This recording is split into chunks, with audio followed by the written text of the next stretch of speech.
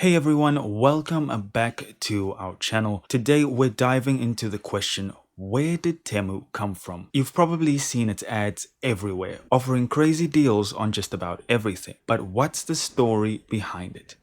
Let's find out. So, Temu is an online marketplace launched in September 2022 by PDD Holdings, a Chinese e-commerce giant that also owns Pinduoduo. PDD Holdings is headquartered in both China and Ireland, making Temu a part of a global expansion strategy. Unlike Amazon or eBay, Temu operates on a direct from manufacturer model.